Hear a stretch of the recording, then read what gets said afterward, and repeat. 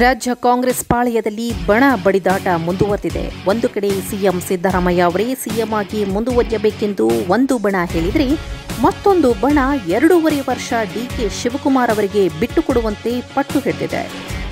ಈ ವಿಚಾರ ಕಾಂಗ್ರೆಸ್ ಶಾಸಕರು ಉಸ್ತುವಾರಿ ರಣದೀಪ್ ಸಿಂಗ್ ಸುರ್ಜೇವಾಲಾ ಮುಂದೆ ಪ್ರಸ್ತಾಪಿಸಿದ್ದಾರೆ. ಕಾಂಗ್ರೆಸ್ ಪಕ್ಷದಲ್ಲಿ ಏನು ನಡೆಯುತ್ತದೆ? ಸಿಎಂ ಬದಲಾಗ್ತಾರಾ? ಈ ಕುರಿತು ಒಂದು ವರದಿ ಇಲ್ಲಿದೆ.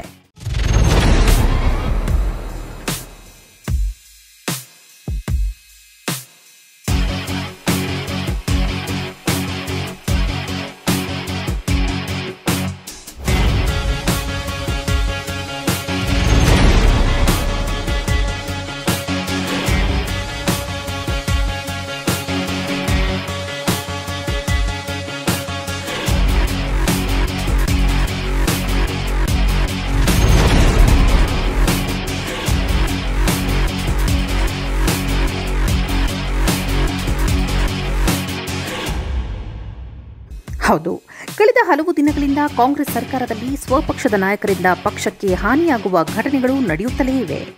ಹೀಗಾಗಿ ಡ್ಯಾಮೇಜ್ ಕಂಟ್ರೋಲ್ಗೆ ಆಗಮಿಸಿದ ರಾಜ್ಯ ಉಸ್ತುವಾರಿ ರಣದೀಪ್ ಸಿಂಗ್ ಸುರ್ಜೇವಾಲಾ ಸ್ವಪಕ್ಷ ಶಾಸಕರ ಅಸಮಾಧಾನ ಶಮನಕ್ಕೆ ಮುಂದಾಗಿದ್ದಾರೆ.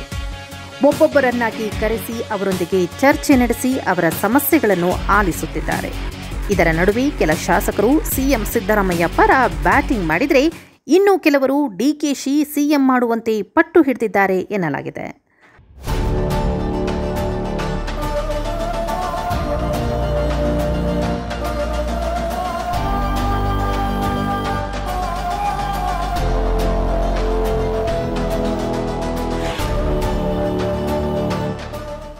ಶಾಸಕರ ಅಸಮಾಧಾನ ಶಮನಕ್ಕಾಗಿ ರಾಜ್ಯ ಉಸ್ತುವಾರಿ ರಣದೀಪ್ ಸಿಂಗ್ ಸುರ್ಜೇವಾಲಾ ನಡೆಸುತ್ತಿರುವ ಶಾಸಕರೊಂದಿಗಿನ ಮುಖಾಮುಖಿ ಸಭೆಯಲ್ಲಿ ಬಣ ರಾಜಕಾರಣ ದೊಡ್ಡ ಮಟ್ಟದಲ್ಲಿ ಸ್ಫೋಟಗೊಂಡಿದ್ದು, ಕೆಲ ಶಾಸಕರು ಡಿಕೆ ಶಿವಕುಮಾರ್ ಅವರಿಗೆ ಮುಂದಿನ 2.5 ವರ್ಷ ಅವಕಾಶ ನೀಡಬೇಕೆಂದು ವಾದಿಸಿದರೆ, ಮತ್ತೆ ಕೆಲವರು ಸಿದ್ದರಾಮಯ್ಯ ಬದಲಾಯಿಸಿದರೆ ಸರ್ಕಾರವೇ ಇರಲ್ಲ ಎಂಬ ನೇರ ಎಚ್ಚರಿಕೆ ನೀಡಿದ್ದಾರೆ.